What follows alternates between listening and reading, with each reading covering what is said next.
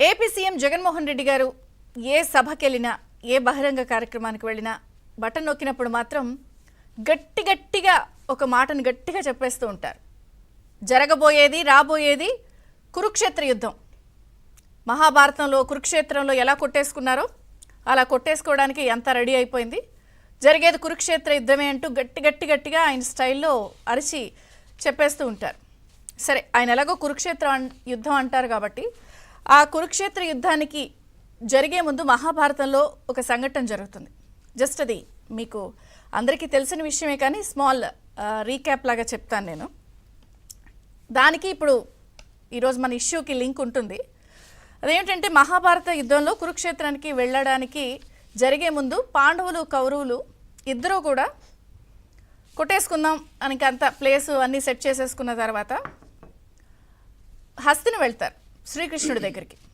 వెళ్ళి శ్రీకృష్ణుడు ఎవరికి మద్దతు ఇస్తాడు, పాండవులకి ఇస్తాడా కౌరవులకి ఇస్తారా, ఇద్దరూ కూడా మద్దతు మాకివ్వండి అంటే మాకివ్వండి అని అడగడానికి శ్రీకృష్ణుడి దగ్గరికి హస్తినికి వెళ్తారు. అక్కడ వీళ్ళిద్దరూ వస్తున్నారని తెలుసుకుని హస్తిలో శ్రీకృష్ణుడు నిద్రపోయినట్టు ఉయ్యాల్లో నటిస్తూ ఉంటాడు. ఫస్ట్ దుర్యోధనుడు లోపలికి వెళ్తాడు. వెళ్ళిన తర్వాత కృష్ణుడు అక్కడ పాదాల దగ్గర కూర్చోవడం ఇష్టం లేక ఆయనకు అహం అడ్డం వచ్చి నేనేంటి కూర్చునేది, నా రేంజ్ వేరు, నా లెవెల్ వేరు అని ఆయన తల దగ్గర కూర్చుంటాడు. అర్జునుడు వినయ విధేయతలతో చాలా భక్తిభావంతో వెళ్ళి కృష్ణుడి పాదాల దగ్గర కూర్చుంటాడు. ఇక ఇద్దరు కూర్చున్న తర్వాత కృష్ణుడు లేస్తాడు. ఫస్ట్ అర్జునుడిని చూస్తాడు. చూసే అబ్బాయి ఏంటి అంటే హెల్ప్ చేయమని అడుగుతాడు.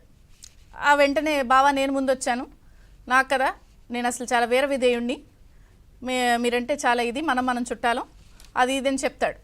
కానీ లేదు నేను అర్జునుడినే చూశాను అంటే, లేదు నాకే ఇవ్వాలి ఫస్ట్ ఛాన్సు, నన్నే కోరుకోవాలని అంటే, సరే నేను యుద్ధం చేయను, ఎవరో ఒకళ్ళ వైపే ఉంటాను, ఎవరి వైపు ఉండను, నేను యుద్ధం మాత్రం చేయను, సైన్యం కావాలా నేను కావాలా కోరుకోండి అంటే సైన్యం అర్జునుడు దుర్యోధనుడు కోరుకుంటాడు.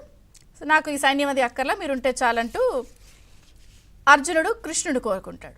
సరే, తర్వాత యుద్ధం జరుగుతుంది. ఎవరు గెలుస్తారు అనేది అందరికీ తెలిసింది. ఇప్పుడు ఏమిటి లింక్ అంటే, మరి ముఖ్యమంత్రి గారు పదే కురుక్షేత్ర యుద్ధం అంటారు, కొట్టేసుకుందాం అని అంటారు కాబట్టి టీడీపీ వైసీపీ ఇద్దరు అధినేతలు ఢిల్లీ వెళ్ళారు. సో 6 గంటల గ్యాప్లో ఇవాళ ముఖ్యమంత్రి గారు నిన్న బయలుదేరి వెళ్ళారు తన మంది మార్బలంతో స్పెషల్ ఫ్లైట్ వేసుకుని సైన్యంలాగా. అలాగే టీడీపీ అధినేత మాజీ ముఖ్యమంత్రి చంద్రబాబు నాయుడు గారిని అమిత్ షా మాట్లాడుకుందాం రండి అని పిలిచారు. ఎన్డీఏలో చేరమని ఆహ్వానించారు. అలాగే కొంత సుముఖంగానే ఉన్నట్టు వార్తలు వచ్చాయి. టీడీపీ జనసేన మధ్య ఇప్పటికే సీట్లకు సంబంధించిన వ్యవహారం కొలిక్కొచ్చేసింది. ఇక రేపో మాపో అధికారిక ప్రకటన వచ్చేస్తుంది. టీడీపీ కూడా సానుకూలంగా ఉంది, ఎన్డీఏలో ఆహ్వానాన్ని అంగీకరించింది అని చెప్పి నిన్నటి నుంచి దాదాపుగా వార్తలు ఖరారైపోయిన నేపథ్యంలో ఒక్కసారిగా మళ్ళీ ఉన్నపళాన ముఖ్యమంత్రి గారు యథావిధిగా ఇప్పటికి 25 సార్ల నుంచి ఒక 30 సార్ల మధ్యలో గ్యాప్లో వెళ్ళుంటారు. ప్రతిసారి యథావిధిగా డేట్లు మార్చి ఆయన ప్రత్యేక హోదాకు సంబంధించి నిధులకు సంబంధించి వెళ్తున్నాము, రాష్ట్ర ప్రయోజనాల కోసం వెళ్తున్నామంటూ ఒక లెటర్ యథావిధిగా ఇస్తూ ఉంటారు. అలాగే నిన్న సజ్జల రామకృష్ణారెడ్డి గారు కూడా ప్రెస్ మీట్లో లేదా ఆయన ప్రెస్తో మాట్లాడుతూ కూడా ఈ అవసరాల కోసమని వెళ్ళారు. ఎందుకు వెళ్తారు, ఆ తర్వాత ఏం జరుగుతుంది అనేది అందరూ చూస్తూనే వచ్చారు.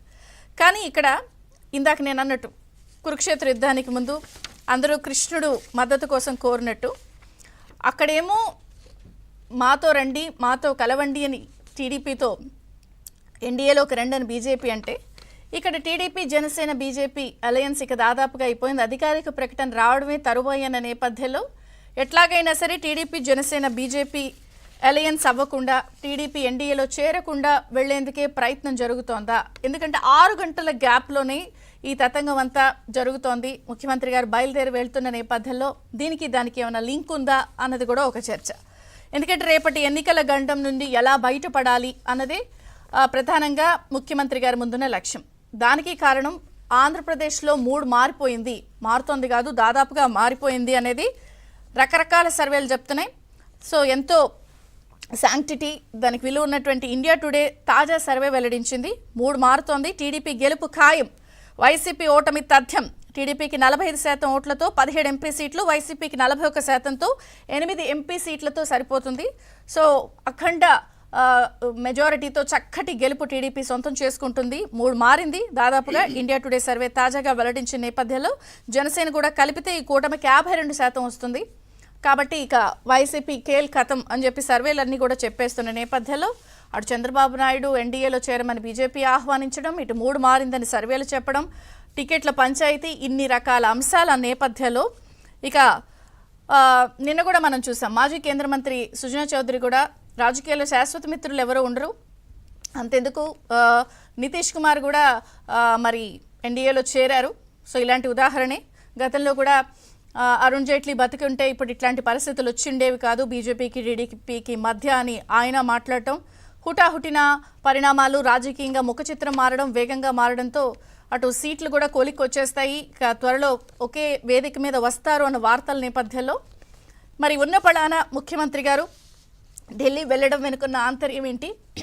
కూటమిలో ఎన్డీఏలో చేరకుండా టీడీపీని అడ్డుకునే ప్రయత్నమా, ఇక ఆఖరి ప్రయత్నంగా నన్ను గట్టెక్కించండి కార్డు వదిలేశాను కాబట్టి అని అడగడానికి వెళ్తున్నారా? చర్చిద్దాం ఈ అన్ని అంశాలు. చిన్న విరామం తర్వాత చర్చ ప్రారంభమవుతుంది. చూస్తూనే ఉండండి.